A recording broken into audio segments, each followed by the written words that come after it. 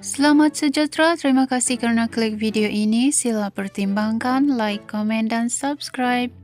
Channel ini memaparkan berita viral, terkini dan terpanas artis dalam dan luar negara.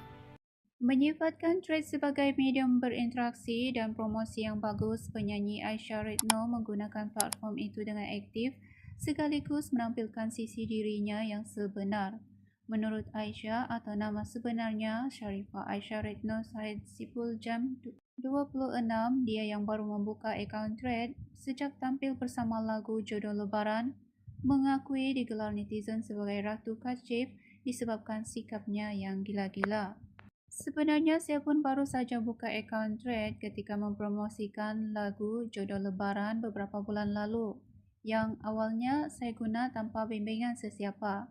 Masa mula-mula guna, kandungan yang muncul semuanya lawak. Jadi saya pun cubalah ikut serta dan jadi kelakar juga sampai digelar Ratu Kacip. Saya tak kisah pun. Sebab tu saya rasa Threads adalah platform yang sangat menyeronokkan jika dimanfaatkan dengan betul, katanya. Ketika ditemui pada majlis pelancaran single baru Diary Air Mata di Kenangan Coffee Track semalam. Menurutnya, platform tersebut juga secara tidak langsung mengeratkan lagi hubungannya dengan peminat yang mungkin belum mengenal personaliti sebenar dirinya. Mungkin ada yang tak tahu, saya sebenarnya suka melawak dan agak tingtong sedikit. Jadi apabila di platform tu, saya cuma jadi diri sendiri.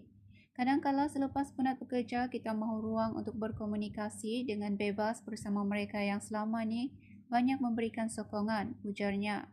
Aisyah juga memaklumkan pernah mendengar pelbagai persepsi negatif mengenai Threads, namun pengalaman peribadi jauh berbeza membuatkannya hanya fokus terhadap hal positif.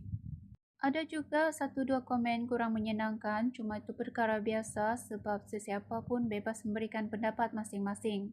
Akaun ni pun saya kendalikan sendiri. Ada yang tanya, Aisyah kenapa kacip sangat?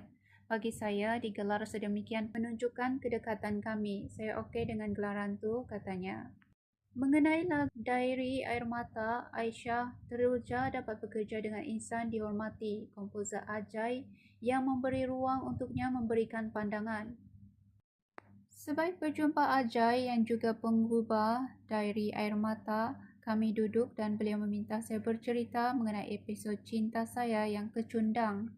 Pengalaman saya itu diterapkan dalam lagu ini. Memang gubahannya serat emosi sehingga saya menangis dalam studio.